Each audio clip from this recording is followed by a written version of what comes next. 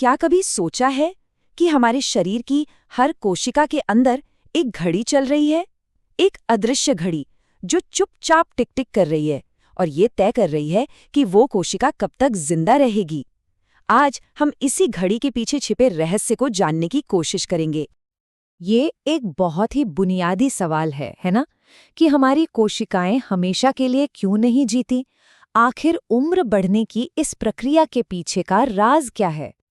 और मजे की बात यह है कि इसका जवाब कहीं बाहर नहीं, बल्कि हमारे अपने डीएनए के अंदर ही है, उसके बिल्कुल सिरों पर। एक ऐसी जगह जहां शायद जीवन और मृत्यु का कोड लिखा हुआ है। तो चलिए इस विषय में थोड़ी गहराई से उतरते हैं। हमारे गुणसूत्रों यानी क्रोमोसोम्स में जो ये टिक टिक करती घड़ी है, उसे वैज्ञानिक भाषा में एंड रेप्लिकेशन प्रॉब्लम कहते हैं।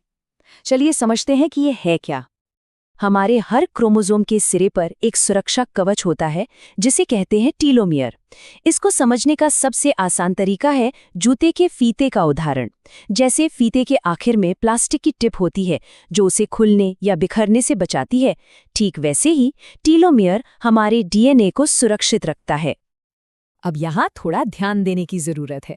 होता क्या है कि जब भी कोई कोशिका बढ़ती है तो उसे अपने डीएनए की हूबहू नकल बनानी पड़ती है। लेकिन यहीं एक छोटी सी दिक्कत है। जो मशीनरी डीएनए की नकल करती है वो उसके बिल्कुल आखिरी सिरे को ठीक से कॉपी नहीं कर पाती। नतीजा, हर बार कोशिका के बंटने पर ये सुरक्षा कवच यानी टीलोमियर थोड़ा सा छोटा हो जाता है और ये सिलसिला चलता रहता है जब तक कि जरूरी डीएनए भी खत्म होने लगता है और कोशिकाएं बंटना बंद कर देती है।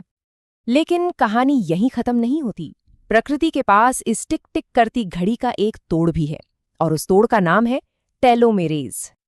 तो ये टीलोमरेज है क्या? समझिए, ये एक तरह का बायोलॉजिकल मिस्त्री है। इसका काम है छोटे हो रहे टीलोमियर्स की मरम्मत करना। ये डीएनए के खोए हुए टुकड़ों को वापस जोड़ता है और एक तरह से कोशिका की घड़ी को थोड़ा पीछे कर देता है। ये जो हीरो मॉलिक्यूल है टेलोमरेज, ये दो मुख्य हिस्सों से मिलकर बना है। एक है प्रोटीन वाला हिस्सा HTERT, जो असल में इंजन की तरह काम करता है, मतलब मरम्मत का काम यही करता है। और दूसरा है RNA टेम्पलेट HTR, जो एक नक्शे की तरह काम करता है। ये बताता है कि कौन सा टुकड़ा कहाँ जोड़ना है। जब ये दोनों मिलते हैं तभी टेलोमेर की मरम्मत हो पाती है। वैज्ञानिकों को इस कमाल के अणु को ठीक से देखने में दशकों लग गए।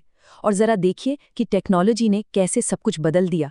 2013 में हमें इसकी बस एक धुंधली सी शक्ल पता थी।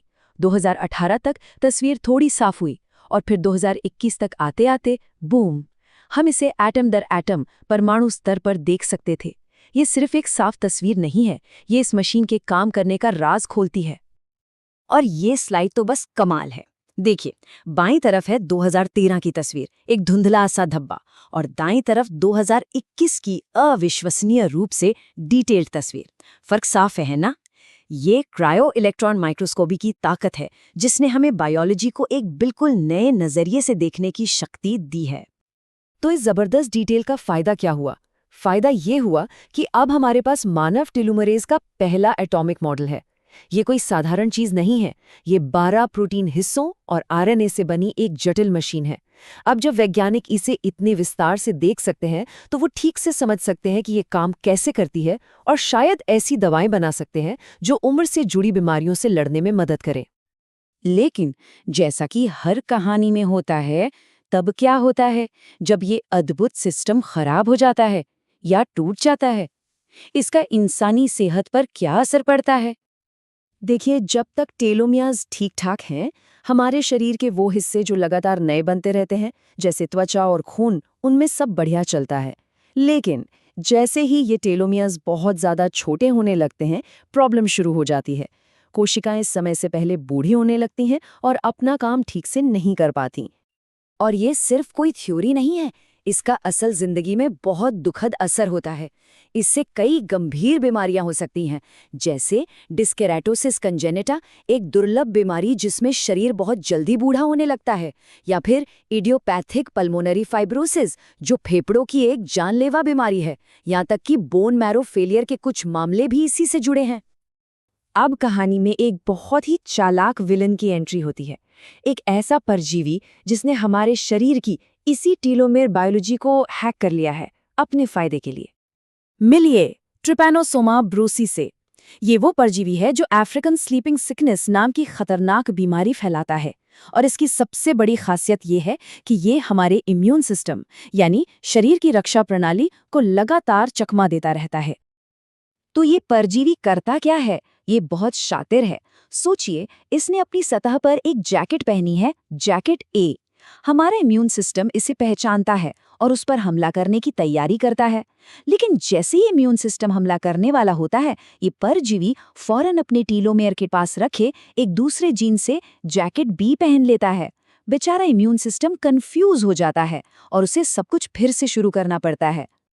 और वैज्ञानिक भी यही कहते हैं कि ये जो एंटीजेनिक वेरिएशन है, मतलब बार बार अपना भेष बदलने की काबिलियत, यही वो चीज़ है जो इस परजीवी को लंबे समय तक शरीर में टिके रहने और संक्रमण फैलाने में मदद करती है। और ये सारा खेल वो अपने टीलोमियर के पास मौजूद जीन्स के भंडार का इस्तेमाल करके खेलता है। तो अब तक की हमारी इस पूरी बातचीत से एक बात तो साफ हो जाती है, टीलोमेयर असल में एक दो-धारी तलवार हैं। एक तरफ ये हमारे रक्षक हैं, हमारे डीएनए को स्थिर रखते हैं, जो हमारे विकास और स्टेम सेल्स के लिए बेहद ज़रूरी है। पर दूसरी तरफ यही हमारी सबसे बड़ी कमजोरी भी बन सकते हैं। इनका छोटा होना उम्र से जुड़ी बीमारियां लाता है, और अगर ये ज़रूरत से ज़्यादा एक्टिव हो जाए तो कैंसर का कारण बनते हैं। जी हाँ, कैंसर कोशिकाएं अमर होने के लिए इसी टेलोमेरेज का इस्तेमाल करती हैं। और यहीं आकर हम सबसे बड़े सवाल पर रुक जाते हैं। क्या हम इस सिस्टम को कंट्रोल कर सकते हैं? क्या हम बीमारियों से लड़ने के लिए टीलोमेयर्स को काबू में कर सकते हैं बिना किसी खतरनाक साइड इफेक्ट के? ये एक ऐसा सवाल है जिसका जवाब ही शायद मेडिकल साइंस का भविष्य तय करेगा।